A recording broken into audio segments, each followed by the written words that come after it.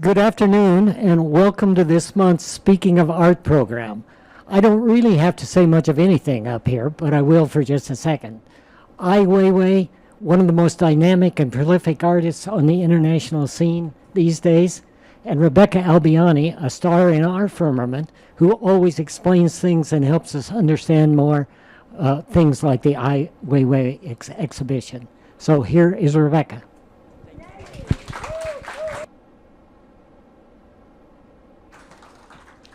Good afternoon, and thank you for being here on this absolutely gorgeous day when you could be outside. But you're here to learn about Ai Weiwei, who is a global art superstar. Now, Ai Weiwei, in Chinese naming conventions, last name comes first. So Ai Weiwei is Mr. Ai. His father was Ai Qing. Ordinarily, I speak of artists by their last name, but it was pointed out to me that when I talk about I did this, since it's identical to our first person pronoun, people think that I did that, but I did not. So I will be referring to him as Ai Weiwei or Weiwei.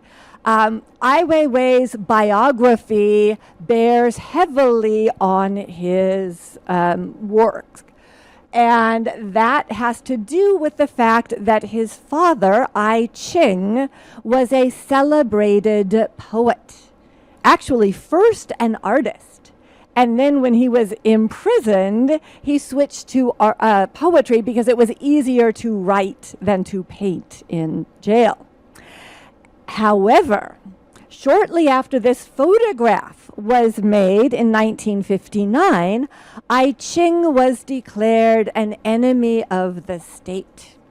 It was early in the Cultural Revolution, which targeted artists, poets, intellectuals, teachers, and the like, and they were frequently sent to the countryside for re-education.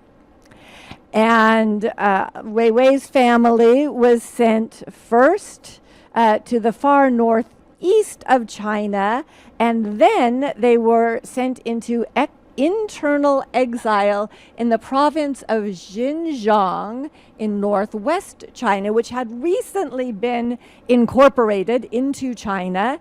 It is high desert. It is exactly where the PRC is nowadays imprisoning the local Muslim Uyghur population.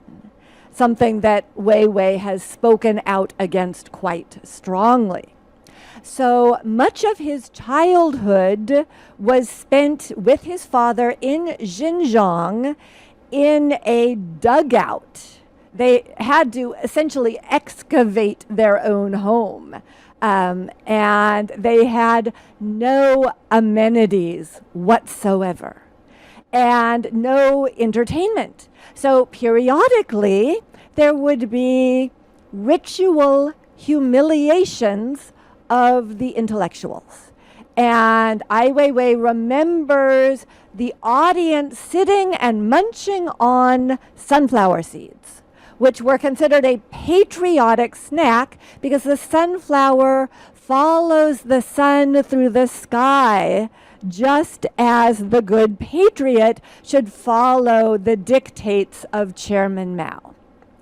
So people snacking on sunflower seeds while his father's crimes are read out publicly, and the local populace is given the opportunity to revile him, to spit on him. Once Weiwei says his father came home with his face black because someone threw a bottle of ink on him, and with no running water, it stayed that way for days. Ai Qing was given what the party considered the most humiliating job, shoveling out the latrines. But he had a gallows humor about it, telling his son, people, they just keep shitting. And we'll see some of that in Weiwei's work as well. Now, the first work that you will encounter when you, really before you enter the exhibition, and just out of curiosity, how many of you have seen the exhibition already? Quite a few of you. In fact, some of you may be in some of these slides, because I believe there was a Horizon House group there when I was making these photographs. So look for yourselves. But the first work you'll encounter is this tree, which is a Franken tree. It is bolted together bits of different species of trees, camphor and ginkgo and cedar. And he purchased those logs and pieces on the side of the road in rural China, often in places where there wasn't a tree for miles around because of deforestation. Because all of the available lumber had been used for fuel. And so this is a work about environmental degradation. But this is one tree. Weiwei has filled entire galleries with forests of these cobbled together trees, and they refer to a poem that his father wrote in 1940. One tree, another tree, stand distant alone. Wind and air inform their isolation, but under cover of mud and dirt, their roots reach into depths unrevealed, entwine unseen. So Trees is also a poem about interconnectedness, about how even if we seem to stand alone, we are all intertwined under the surface. Eventually, Ai Qing was rehabilitated. Chairman Mao died. And he and his family were allowed to return to Beijing. And in 1976, Ai Weiwei was 19 and decided he would go to film school, to study film at an art school in Beijing. He quickly learned, though, that there were only two paths to becoming a visual artist in China at the time. You could become a traditional artist with brush and ink, or you could be a socialist realist artist and paint happy peasants. And neither of those was commensurate with his personality. And so Weiwei obtained a student visa to travel to New York City, where he did take some classes, not a lot, but that student visa quickly ran out. He stayed in New York City for 12 years, most of that time as an undocumented, illegal immigrant. And his apartment there was really a hub for other Chinese artists passing through New York City. He did whatever he could do, under the counter, whatever jobs he could get for cash, including making portraits of tourists in Times Square, as you see on the left. Now, this photograph was made by Allen Ginsberg, who had known his father. And so the Beat poet gave the young Chinese artist a warm welcome, and they became fast friends. Weiwei noticed that Ginsberg never went anywhere without a 35 millimeter camera around his neck. And so he adopted this practice and started to make photographs constantly, 10,000 of them in the 12 years that he lived in New York City, many of which he didn't even develop. He didn't have the money to to develop the film. He just brought them all undeveloped back home with him eventually. But some of them he gave to the ACLU to document police brutality against protesters, both in tenants' rights and in AIDS protests. So he was in New York City from 1981 to 1993. And these were tumultuous years of gentrification. The cheap East Village apartments that he lived in were being knocked down and replaced with skyscrapers and luxury apartments. And it was the years of the AIDS crisis, which hit the arts community particularly hard. So his Safe Sex from 1988 is a raincoat with a hole cut near the crotch and a condom pulled out. And yes, it is humorous, but it is a work about the deadly serious AIDS crisis, about the fact that the government had yet, Ronald Reagan had yet to pronounce the word AIDS in 1988. New York is where Ai Weiwei's artistic practice, he never fully abandoned film, but his artistic practice switches from what Marcel Duchamp called retinal art to what Duchamp called intellectual art. And Weiwei would encounter Duchamp's ideas in New York City. So the paintings you see on the walls are his last retinal works, like the Mao triptych at right that he painted with oil paint and then splashed with turpentine to unpaint it to create those drips, or the two Maos on the left, his very last oil paintings from 1986, Mao facing forward and Mao facing sideways, but works that Weiwei refers to informally as Mao behind bars. And when you see these works, you'll see that they're not flat, they're corrugated. And they give this effect of being seen through the kind of prison bars that Ai Weiwei felt this man belonged behind.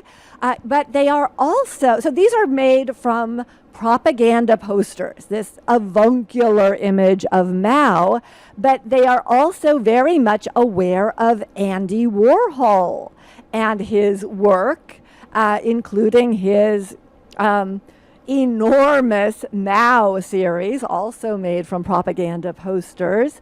So Warhol, with his silk screens, his repetition of images, his use of pop culture, would become an important figure for Weiwei.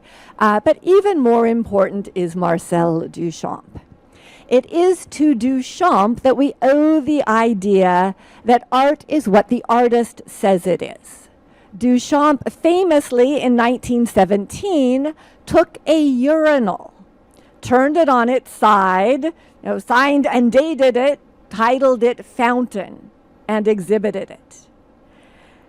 This is an even earlier ready-made, as Duchamp called this.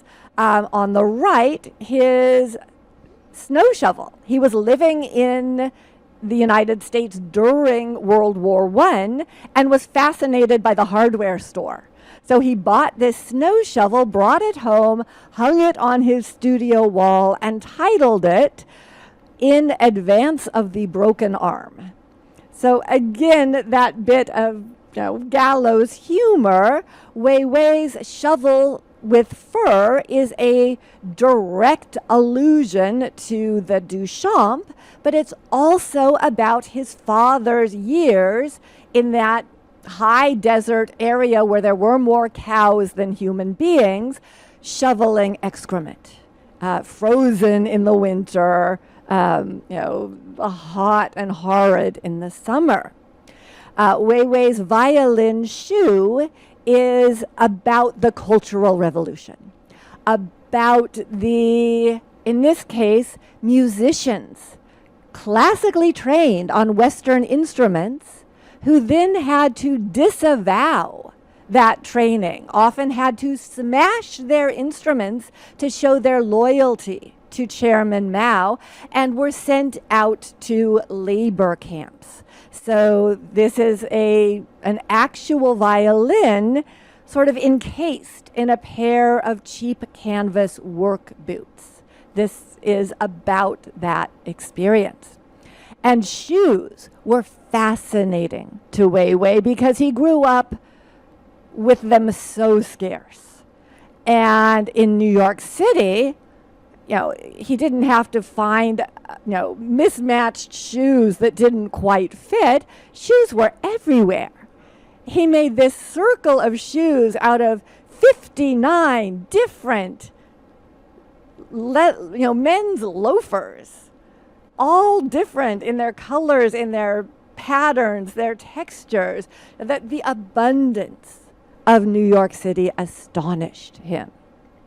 And he made this axe in box by manipulating a common useful object, an axe, bending it enough that it's really no longer useful, and then creating this beautiful storage case or display case for it, which is something we'll see him doing more of later on.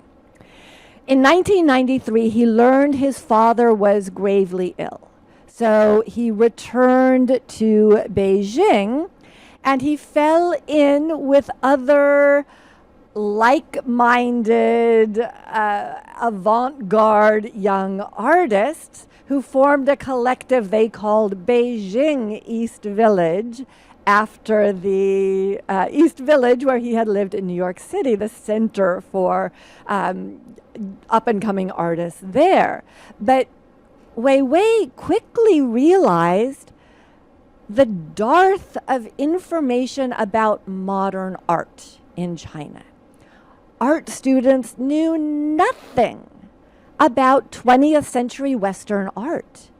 And so he and two collaborators, Xu Bing and Zheng Xiaojun, in 1994 published the Black Cover Book, which included photographs and essays about major works of Western art, like Duchamp's Fountain, which you see on the upper right, and also essays by these striving young Chinese artists about what they would like to accomplish in their work.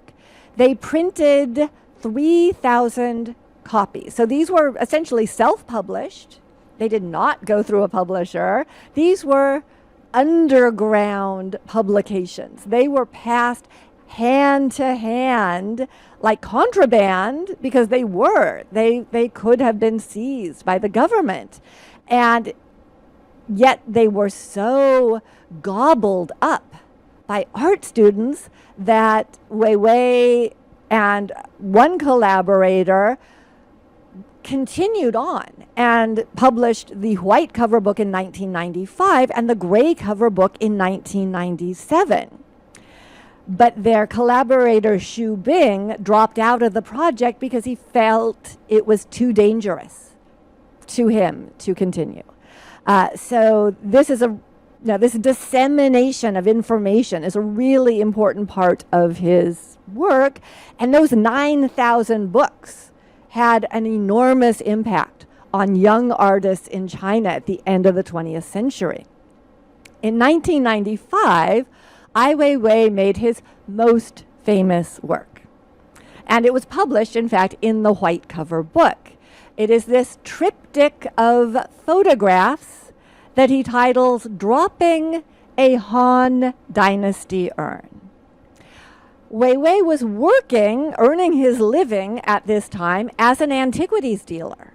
But he was selling mostly to Westerners because there was no audience for antiquities among the Chinese. This was the period of the great step forward into industrialization and modernization, and Weiwei felt like The government was just steamrolling over millennia of art and culture and history.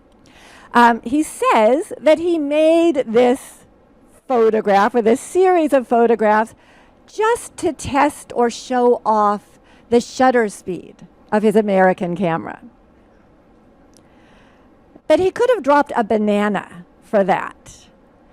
Instead, he chooses to drop a 2,000-year-old object. And yes, many of us will have that sort of, how can you do that in the United States? This would be in a museum or someone's prized object in their collection. And impassively, he holds it, he lets it fall, and we see it broken on the ground. Now, it's not that there's no destruction in Western art. There was lots of it in the 60s and 70s. Barry Leva using a sledgehammer to create on-center, on-edge shatter scatter. Nikki de Sandfall took a rifle and shot at her paintings and so forth. But this is a brand new stack of plate glass. It's not an object of cultural reverence the way the Han Dynasty urn is. And in fact, it didn't come out quite right. So he dropped 2 vases to make this image. So I think that it's a cop-out to say, oh, he was just testing his shutter speed. He's also making photographs all over Beijing, as he was doing in New York City, some of them quite provocative, like having his girlfriend expose her panties in Tiananmen Square, which, I think the anniversary of the 1989 massacre just happened a couple of days ago. And this was June as well, the 5th anniversary. And Weiwei was in New York during the Tiananmen Square massacre, but it holds an important place in his heart, and he just wants to say this to his government. So in these early years of his career, he is a provocateur. He is a gadfly. He's deliberately poking at the powers that be and giving them the finger. And in 1995, he began a series of photographs that he calls Studies of Perspective. And the first one he made in Tiananmen Square. So it is common for an artist to hold up his or her thumb at arm's length to measure the proportions of a figure or a landscape, but that is not his thumb. And he then begins to flip the bird in front of other symbols of global power, the Eiffel Tower, the White House, San Marco in Venice, and so forth. And in 2000, he manipulated a T-shirt, stenciling the word fuck on it and then cutting it out and lying in the sun so that this word was sunburned onto his chest. Now, you couldn't march into Tiananmen Square with a sign saying a Western obscenity, but you could certainly go in, unbutton your shirt, and make this selfie or have this photograph of yourself made. Now, in these years, he was also getting very interested in architecture. He owned a book by the philosopher Ludwig Wittgenstein describing how he helped design his sister's house in Vienna in the 1920s, and how his attention to detail was absolutely obsessive, down to the millimeter on every window pull and door handle and so forth. And Weiwei thought, well, I could do that. I could be an architect. And so he designed his own home studio and started an architecture firm that he called Fake Design, except that the characters that he uses to transliterate fake sound a lot more like f-k.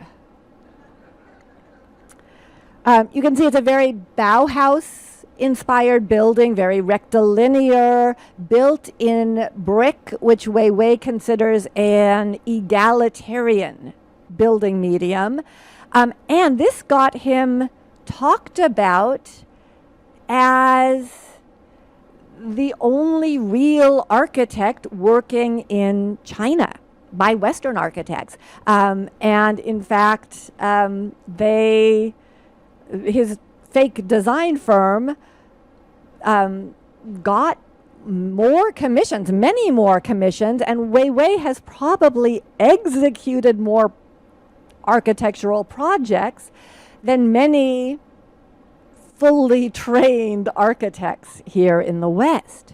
But as he was building his studio, he was noticing the demolition of so much of the traditional housing stock of Beijing, particularly the hutong houses, which were made of this same gray brick that he used for his studio, and wooden beams, and they simply weren't efficient for housing the millions of people who wished to live in the capital. And so they were being raised much as medieval Paris was being raised in the 1850s and 60s under Baron Haussmann. Old Beijing was giving way to glass and steel high-rises, skyscrapers. And I've never been to Beijing, but I understand if you visit that they have left one block of hutong housing so that visitors can see what it used to look like. And that's all.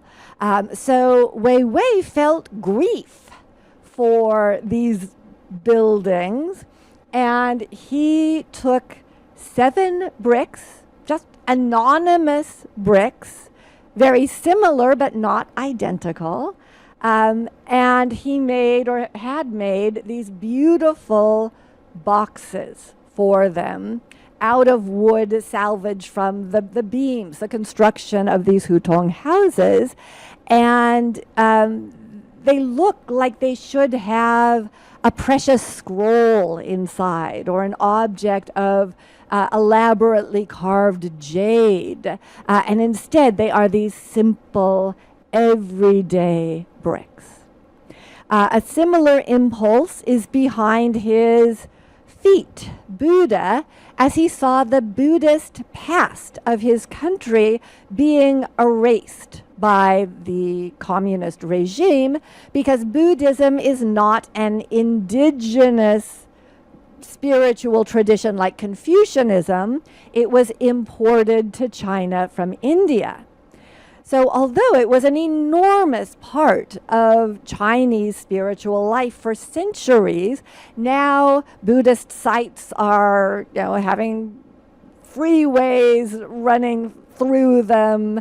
They're not being properly excavated. They're disappearing. And so Weiwei gathered feet of broken Buddha statues from a particular region in China. These are from the 6th century, and memorializes them by giving them these beautiful wooden plinths and placing them in this case. But this is a work that has a very elegiac feel to it.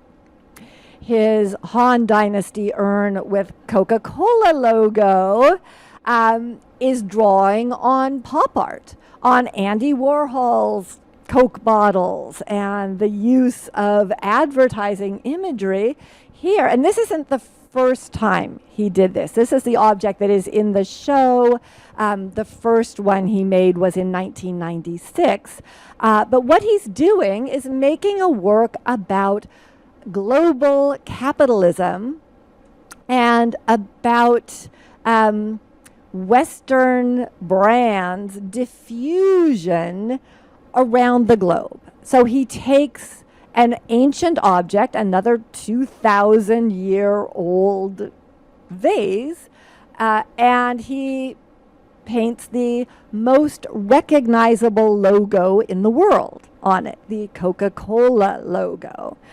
In these works, Han Dynasty vases with auto paint, he dips them in automotive paint so that they're metallic and shiny, but you can just sort of see the handmadeness and the irregularities under them. And this is about China's desire to establish itself as a leader in the automotive sector. So these are works about multinational capitalism and its impact on China. Now, these are supposedly Han Dynasty vases. So from about 8 BCE to 209 CE, these are even older ceramic vessels that Ai Weiwei says he has pulverized to create this work dust to dust. So he says that each of those 30 jars contains the powdered remains of a Neolithic ceramic piece, so something that is 5,000 to 7,000 years old, and that he has ground up to place in these jars in this minimalist grid that recalls the sculpture of Donald Judd. And again, we get that because that ancient object has been destroyed to make this work. And by putting them in apothecary jars, he wants us to have that feeling of empathy, not for the inanimate object, but for the rhinoceros or the tiger, the endangered species that have been driven to extinction because they are believed to be valuable in traditional Chinese medicine.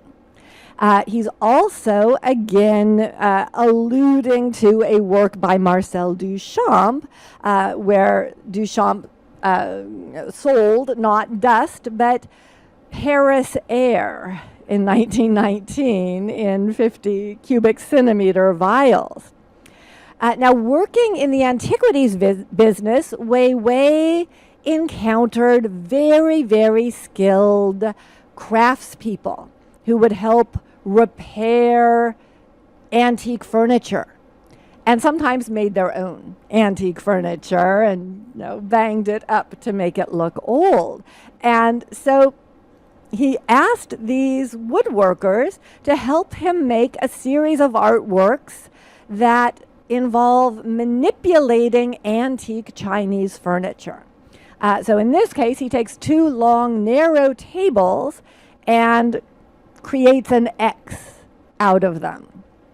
And the joinery is all done with traditional Chinese methods, dovetail, mortise and tenon. There's no glue or screws holding these objects together. So it's beautifully done.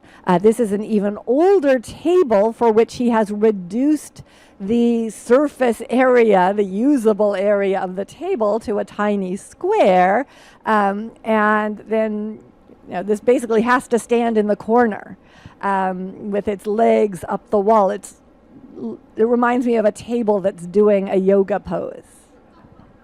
But you can see that this was elaborate, gorgeously carved furniture. And he does again and again combat the idea that made in China is equivalent to shoddy.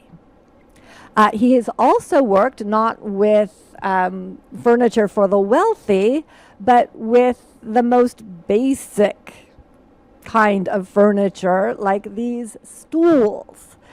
So the two stools have been joined in a similar way with traditional joinery techniques. These are ordinary pedestrian objects, and this one is still usable. You can sit on it, but only one half of it at a time. Half of it will always be at rest. But he has also taken these humble stools and turned them into decidedly non-functional sculptural objects like the grapes, as he calls it, that you see here. And he has done something similar with bicycles. So I want to suggest that the impulse behind the hutong bricks in their gorgeous boxes and the stools and the bicycles is taking something overlooked, something everyday, and memorializing it. And in the case of the bicycles, like the hutong houses, they were something that symbolized Beijing that is now disappearing, because every year there are more cars in Beijing and fewer bicycles. And one of the most popular bicycle brands in China, their Schwinn, is the Forever brand. And so these are forever bicycles. If you see the show, you can get up close and read the English word forever, that he has transformed into sculpture, again in a way that you cannot see the joins, and created this large sculptural installation of 42 bicycles, but no handlebars. You can't steer these. They just go around and around in a circle.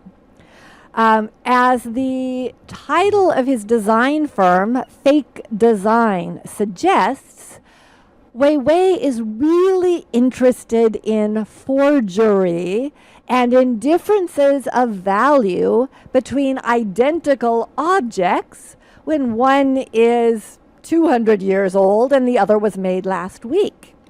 So on the left is a work from the Seattle Asian Art Museum that is in the show. Anything with the asterisk is in the exhibit.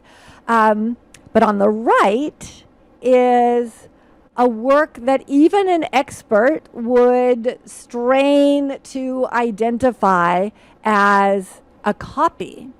That is an exact replica of Qianlong era blue and white porcelain. And Weiwei is interested in, okay, why does the same exact object have one value when it is historical, and why is it worth a tiny fraction of that if it's identical but brand new? And what happens to the value if I slap my name on it as a globally known conceptual artist and call this a work by Ai Weiwei? So these are essentially ready-mades. He's not making these. He's having them made in Jingdezhen, the porcelain capital of China, and putting his name on it. It's appropriation art, which was big in New York City in the 1980s, but it's meant to make us think about value. And his circle of animals, zodiac heads, is also intended to make us think about value and heritage. These sculptures are based on a fountain that was built for the Qianlong emperor and for his summer palace in Beijing. It was a very Western, Versailles-inspired palace. And these 12 heads, which are based on the 12 years of the Chinese cycle, were fountain heads that spouted water, but they were also a clock. You could, if the pig was spouting, it was, I don't know, noon. And then when the rooster started, it was 2, and so forth. And then the palace was destroyed, and the heads were looted about a century after they were made during one of the Opium Wars in the early 1860s. So they were looted by British and French soldiers and disappeared for decades. And then they started to come back onto the art market near the end of the 20th century. And in fact, there was a scandal because one of the big auction houses was going to auction off 2 of these works, and the Chinese government said, wait, you can't auction those off. Those were stolen from us, and those are critically important works of Chinese cultural heritage. Well, Ai Weiwei questions that assumption because these works were designed and produced by Jesuit priests working in the Chinese court, by Italian and Frenchmen. He thinks that they are a weird hybrid between European art and Chinese art. Yes, they are historically interesting, but they're not great objects of Chinese art. So the gilding in this case is ironic. And he's made these over life-sized ones that were supposed to be coming last month, but the latest I heard was August. But these are going to be installed in the Olympic Sculpture Park. So this is the first exhibition that SAM has ever done that includes all 3 of its sites. The main exhibition is in the downtown special exhibit galleries. These will be at the Sculpture Park, and there's a piece at Seattle Asian Art Museum as well. 2008 was a turning point in Weiwei's career. It was the year of the Beijing Olympics, and Weiwei had been asked by the Swiss architectural firm Herzog and de Meuron to consult on the centerpiece of the Olympic Games, the National Stadium, this spectacular building that's been nicknamed the Bird's Nest.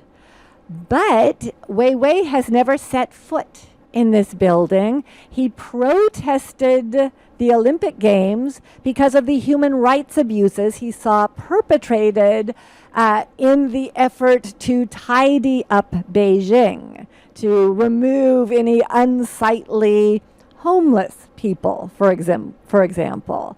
And even before the Summer Games, that spring, the Sichuan earthquake occurred, which killed close to 100,000 people, including an unknown number of students who died in shoddily constructed schools that were built by government cronies who got their contracts due to graft. And Ai Weiwei threw himself into investigating the earthquake, and particularly the issue of children who had died in substandard schools.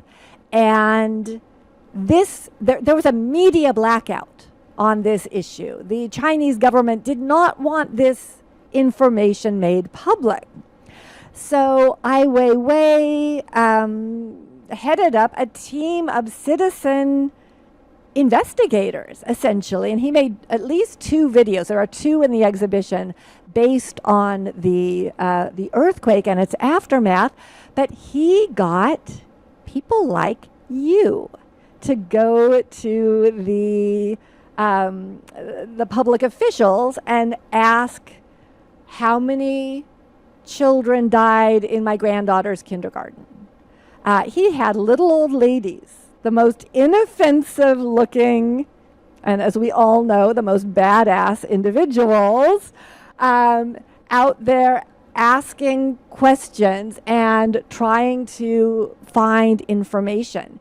He salvaged rebar from these school sites. Now, rebar is what you use in reinforced concrete. It's supposed to keep your building upright. It is not supposed to bend and twist like spaghetti.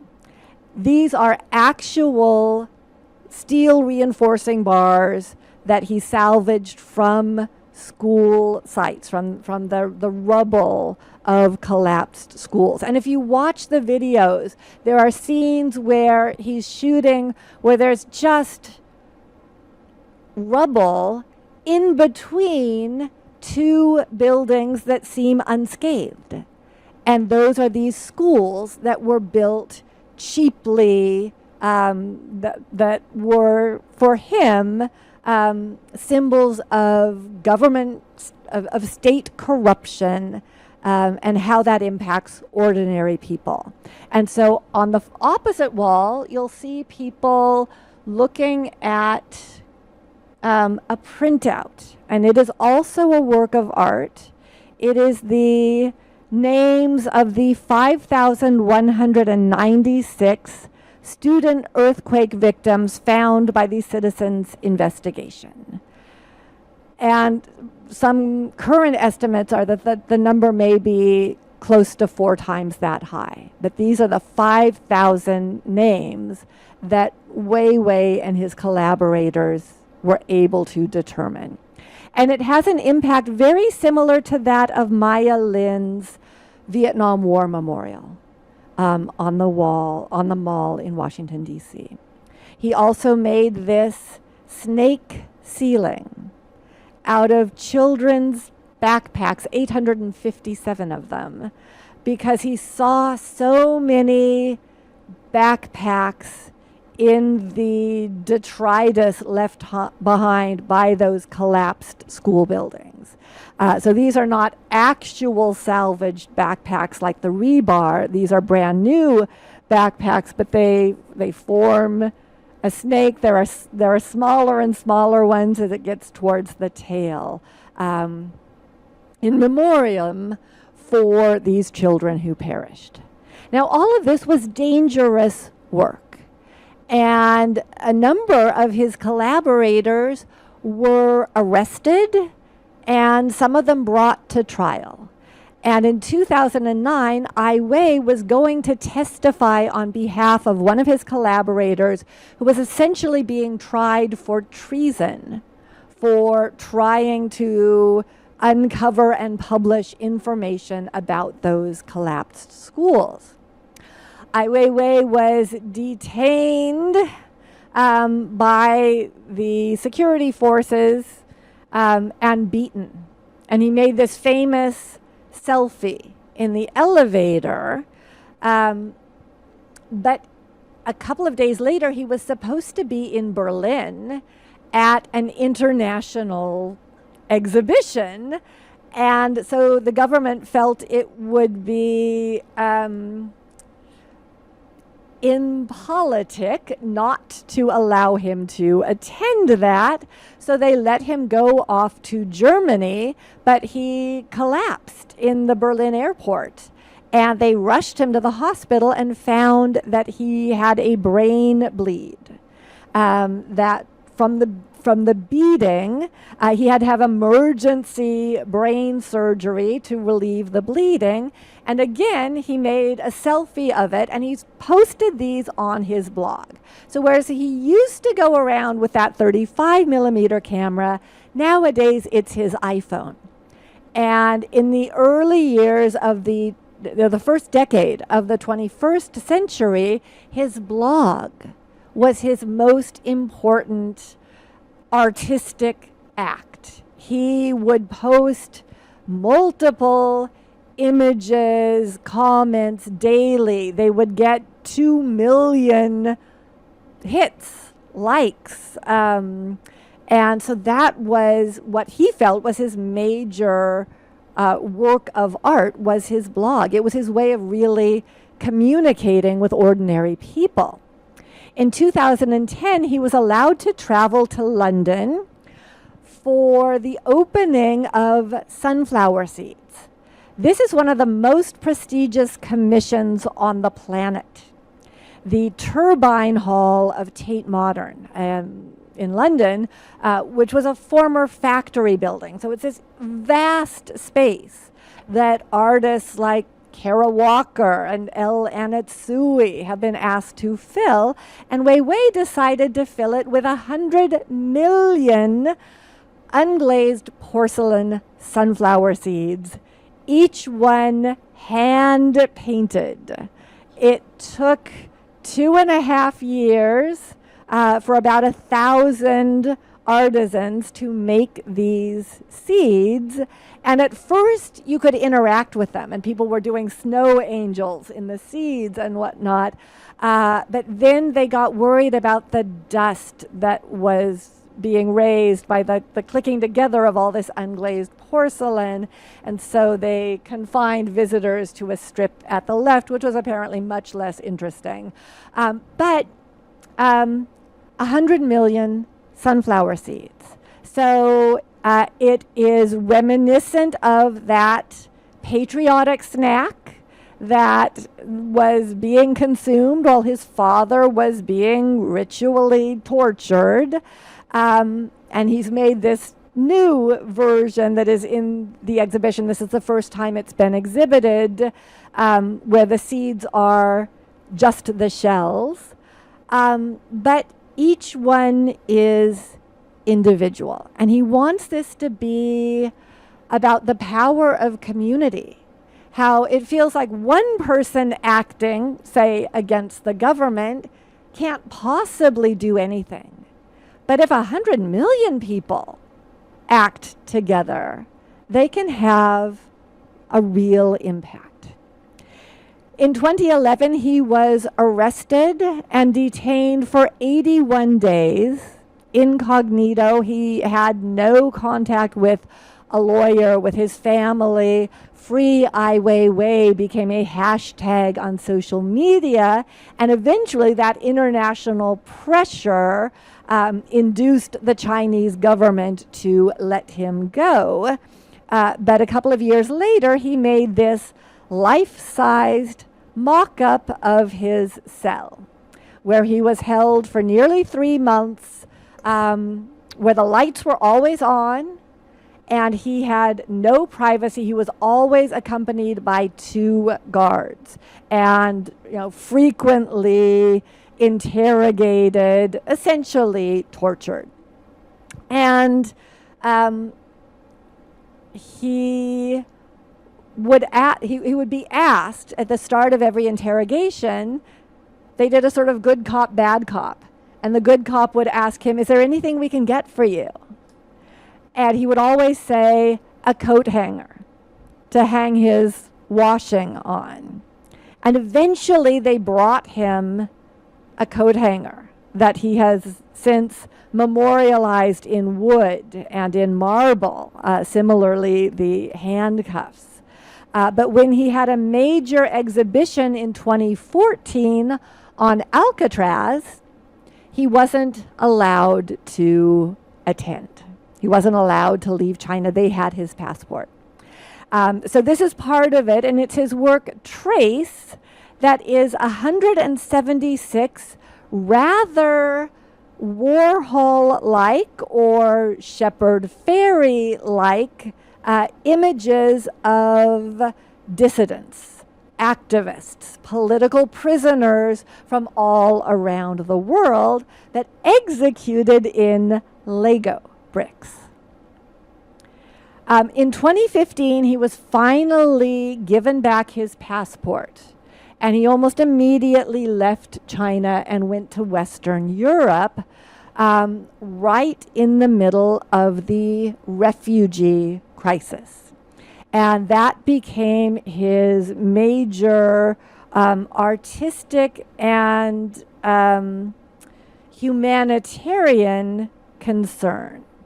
So this room in the exhibition is entirely devoted to that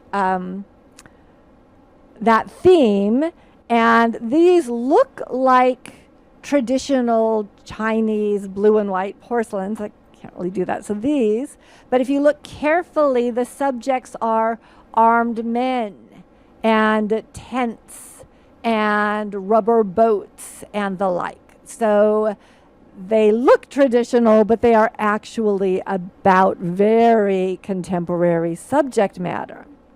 In 2016, he recreated the photograph that a journalist had made of a Syrian toddler who washed up on a beach in Turkey.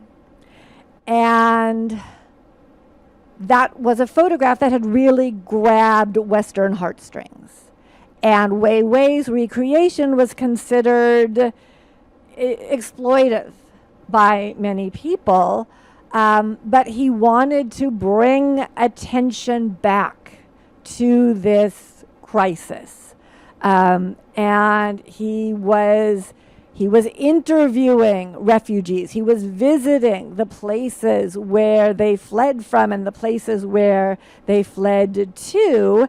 That photograph is not in the exhibition, but this recreation of it in Lego from 2019 is, and he titles it after the death of Marat, which is this famous painting by Jacques-Louis David, revolutionary artist in Paris during the French Revolution. This is a ready-made in the Duchamp vein, but with a lot more emotional punch than the fountain or the snow shovel. It is a metal door with 4 bullet holes that was given to Ai Weiwei and his team when he was doing research and conducting interviews on the border between Turkey and Syria. So this is the violence that people are fleeing, and he had inner tubes carved in marble. Marble is the medium that we use to memorialize things, but it rather famously does not float. And so a work like this has several layers of meaning. He also designed the wallpaper, which is based on ancient Greek and Egyptian examples, but he wants us to remember how important refugees are in Western history, how they appear in the Bible, how they appear in the works of Homer, and how this crisis, it's not just poor people, it is desperate people. And he talks about the regional and religious conflicts, economic pressures, and environmental crises that are all contributing to this exodus of humanity.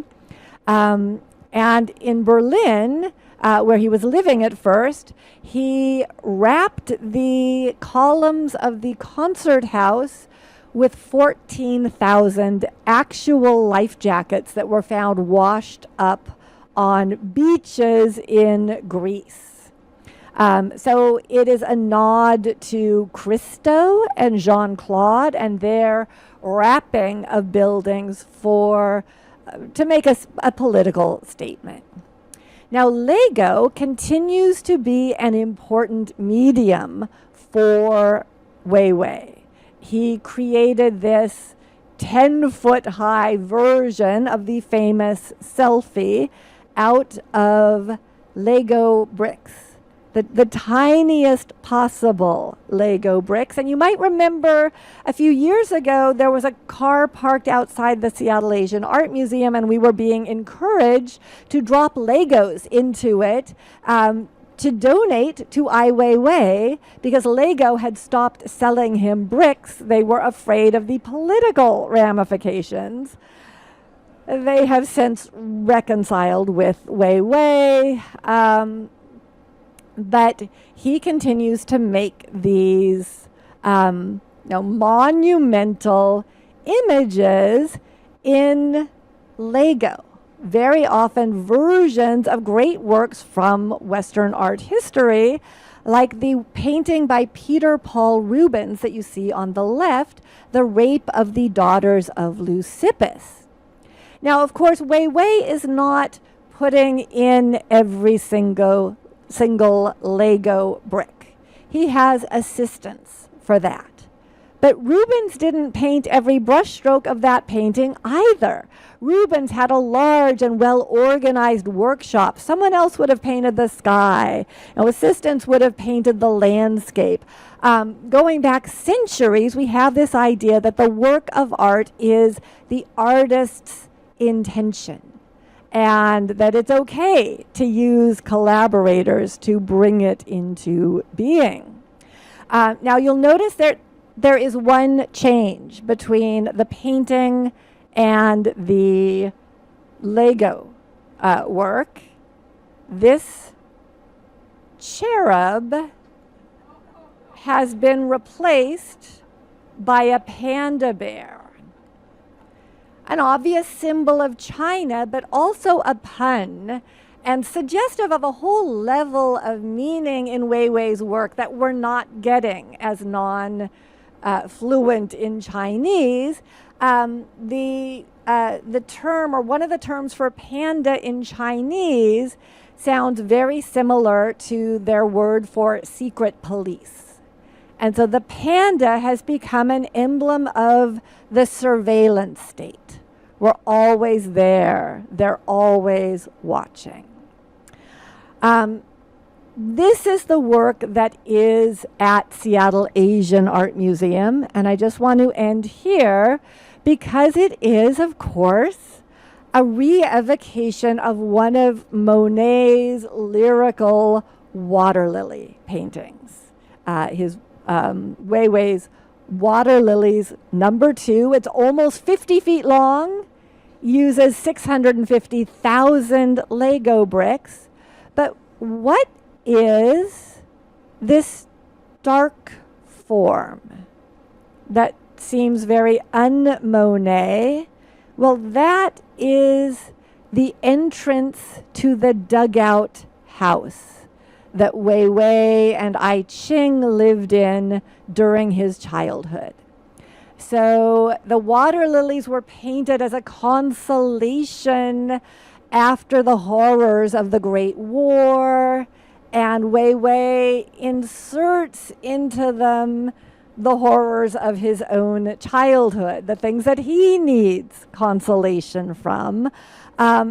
Throughout his art, he is working on behalf of the underdog, reminding us of humanitarian crises, reminding us to have empathy.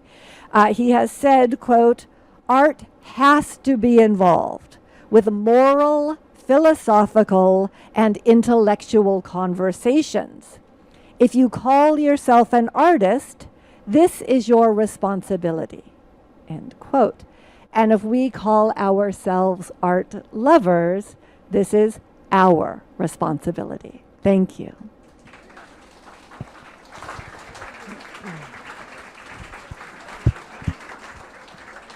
Please wait for the mic.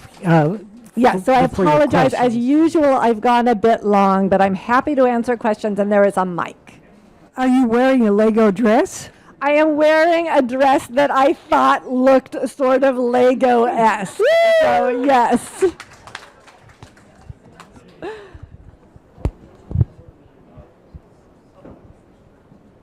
Well, go ahead, Sue. Hello, hello. Oh, Okay, hello. I have a So- question over here. Over here. do you have the mic? Yes. Okay, Yes, so we'll start yes, with I you. do. Tell me how this came. How did this come to Seattle? What's the backstory I have a on slide that? for that. The backstory is that this is almost entirely due to nearly a decade of effort on behalf of Fung Ping, who is Sam's curator of Chinese art. So she has spent the past several years cultivating relationships with Ai Weiwei and members of his team and his collectors around the world. And it is she who really put this exhibition together. So it is thanks to her that we have it. So there's a question here. So many were private collections, and I'm just wondering, I mean, who would have this forever bicycle in their living room or whatever? I So, live in a studio, So yes, many of these pieces that I have just marked private collection actually are from Ai Weiwei's own collection. And he now lives on, I believe, 20 acres of property in Portugal. And so he has warehouses in which he can store some of these works that are kind of not very saleable, we might say. Not too many of us could put that in our living room. So a lot of these came from his private collection, including all of those beautiful display cases that a lot of the objects are shown in. Those are his, yeah. Yes. Can you bring the mic to Margot? When I saw the exhibit, I wondered how it was shipped to the Seattle Art Museum. I asked the docent, and she didn't know. But looking at that, was that dismantled, and then did the museum, did people at SAM have to put it together, or do you know So- how that was done? It is a fantastic question. How were these things shipped? And this is a lecture that I want to see. I would love to hear the art handlers, whoever's job it is to safely transport a really complicated exhibition like this one, where some of the objects are very large. Some, like this, or the snake backpack that just kind of winds through 2 or 3 different galleries. The mock-up of the room that he was in. I don't know if those things come apart. I don't know how they got them here. Some of the objects are very heavy, the marble sculptures, and I would love to hear. Did someone, did they come in on container ships?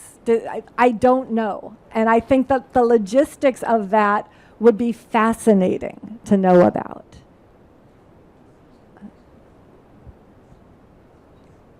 So I see a question down on the end.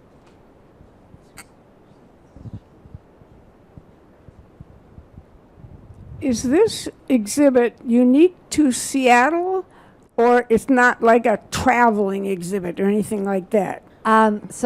Is it unique to Seattle? From what I understand, Seattle Art Museum would like to find another institution that would host this. This is an exhibit that they would be happy to have in New York City, in London. This is a really major exhibit of one of the top internationally known artists, and we are really privileged to have it here in Seattle. But from what I understand, they do not have a place for it to go next. And I suspect that they spent all of their effort creating the exhibition and not really thinking about, well, we might want to subsidize that by having another museum pay us to host it as well. But it's, again, got to be an expensive exhibit to transport. So far, they have not found another exhibition space for it, and it is unique to Seattle. Yeah.